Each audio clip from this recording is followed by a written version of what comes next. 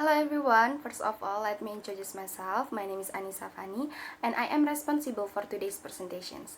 In today's presentations, I would like to present the ideas of a good health and well-being with the title is the current state of HIV and AIDS in Indonesia.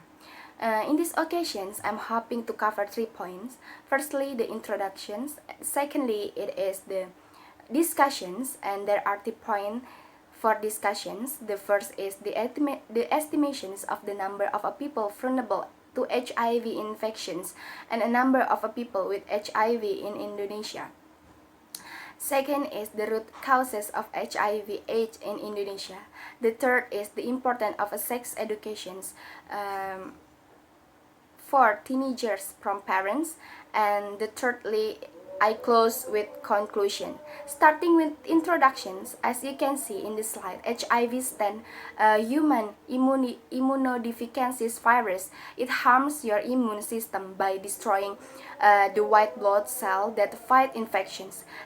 This put you at risk for serious infections and certain cancer. Meanwhile, AIDS stands for acquired immunodeficiency syndrome. It is the final stage of infection with HIV. So, what is the difference between HIV and AIDS? HIV is a virus that attacks the immune system, and AIDS is a term that can only be used when HIV has caused severe damage to the immune system. Globally, the incidence of a major infectious disease has declined since 2000, including HIV and AIDS. But the challenge of this and new pandemic remains in many regions in the world, including Indonesia. And next is discussions.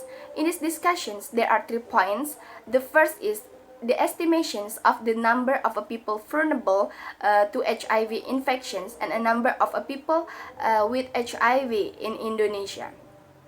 It was estimated that as of 2002, there were approximately 12 million to 19 million people in Indonesia who were at risk of being infected with HIV based on Ministry of Health of the Republic of Indonesia in 2003. Some of a group identified as being vulnerable to HIV infection are female sex worker, male client of a female sex worker, men who have sex with a man, including male sex worker, or we can say that a guy, transvestitive, and their clients and sexual partners of people in this group. Based on HIV sentinel surveillance result and a number of a study of this vulnerable group, it is estimated that about 19,000 to 130,000 people had been infected with HIV and AIDS by the year of 2002. About 25% of these were women. As you can see in this slide, in Indonesia in 2018, there were 640 people were living with HIV. 45,000 people were newly infected with HIV. 38 people died from an AIDS-related illness, and Jakarta has the highest number of HIV sufferers in Indonesia. Meanwhile, Papua has the highest number of AIDS sufferers. There is no information on the legality of some sexual relations in Indonesia. Only 11% of women and men 12 until 22 years old correctly identify ways of preventing the sexual transmissions of HIV. Secondly, it is the root causes of HIV/AIDS in Indonesia. In Indonesia, the spread and the transmission of HIV is mostly caused by unsafe intercourse and using unsterile needles while using a drug. Someone who is infected with HIV can pass it on to another people. even since a few weeks after being infected, everyone is at a risk for HIV infections. HIV transmissions occur when a blood, sperm, or vaginal fluids from an infected persons enter the body of the another persons. This can happen in a number of ways, including the first is blood transfusions. HIV transmissions can occur when a person receives blood donations from HIV sufferer. And second, people who have a sex without a condom, either same-sex or heterosexual, with each persons who are HIV sufferer. The third is people who often get a tattoos or piercings. It means from the persons using a needle when there are made a tattoo or piercings. Of course, the needle used by someone who is infected with HIV, the next user will be infected through the needle. And the fourth is people with other sexually transmitted infections. From this, of course, we will infected by the HIV. And the fifth is injecting narcotic user. For example, using a drug is in if one of the your partner infected with HIV/AIDS, of course your circle or the people who next persons who use the needle when using a drug, of course you will be affected by the HIV. And the last is people who have a sex with injecting drug user. It means from the needle itself, if the persons have a sex with a people without HIV, then the person will be infected by the HIV. HIV can also be transmitted from pregnant women to the fetus they are carrying. Transmissions of the HIV virus to the children can also occur during the childbirth or through the breast milk during the breastfeeding. Which we have to know, HIV is not spread through the skin contact, such as like shaking hands or hugging a people with HIV. Thirdly is the importance of a sex education for teenagers from parents. According to the data from the Indonesian Ministry of Health of the Republic of Indonesia in 2003, the incident rate of HIV at 12 until 22 years old increased in 2002. Sex education and HIV and AIDS prevention programs that are effective show an effect on a changing behavior or achieving a positive health impact.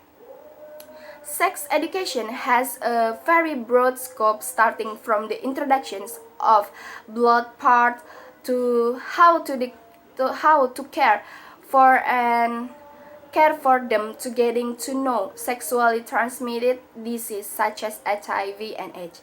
So it is a big mistake to think that sex education is only about a sexual relations between man and woman.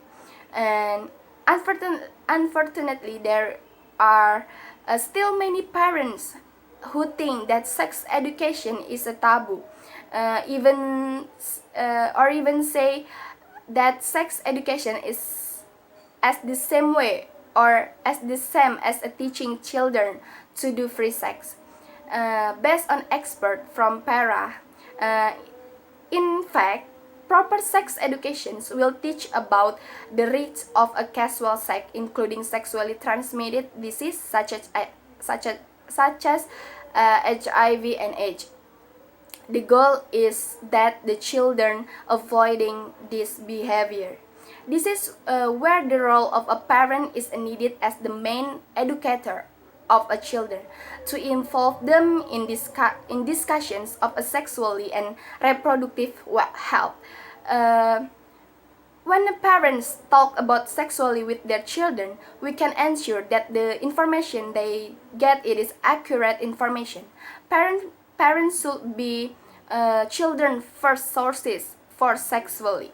Communications between children and parents will allow children to openly and talk directly with their parents about their problems, including like depressions, dating, their secret, and or their sexual problems. This allow parents to provide a good advice to their children. Let the child express all the questions and opinions so that the talking about sex become a discussions. And sex educations also provide an opportunity for us to instill values in the family. For example, in your family, believe that the sexual relation should be undertaken after marriage. This can be a topic of discussion between your children and parents. If these things are never discussed, it is highly likely that the teenager will not receive sex education lessons. And research shows that children who have received sex educations at home from their parents are less likely to engage in risky sexual behavior. To finish up, let me summarize that up before. Okay, you can start by promoting and protecting your own health and the healthy of those people around you, those people you love or beloved you, by making well-informed choice, practicing about sex educations, and fascinating your children. You can raise awareness in your community about the importance of good health, healthy lifestyle, as well as a people right to equally healthcare service.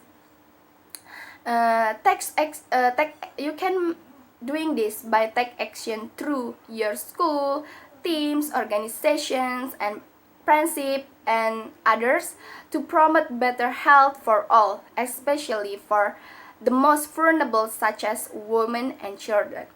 You can also hold the government, local leaders, or other decision makers accountable to their commitments to improve people access to health and their health care. So this is the end of the presentations about the current state of HIV and AIDS in Indonesia. Thank you for watching this video and see you next time.